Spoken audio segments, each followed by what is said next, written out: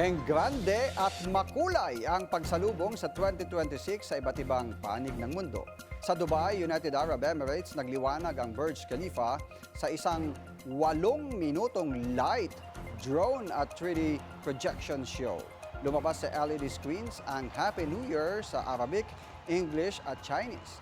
Pina-extend din ng Dubai ang New Year celebrations hanggang sa Enero 7. Sa Sydney, Australia, milyon-milyon ang nagtipon para sa dalawang malalaking fireworks display na pinaligiran ang Sydney Harbour Bridge at Sydney Opera House.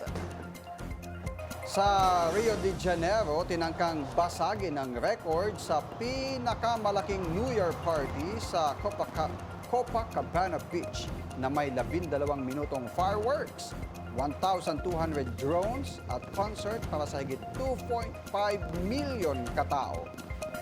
Samantala, sa New York City, libo-libo ang sumalubong sa 2026 sa Times Square sa taon-taong ball drop kasabay ng pagpasok ng semi-quincentennial years ng United States. Sa iba't ibang sulok ng mundo, iisa ang mensahe, pag-asa at panibagong simula sa 2026.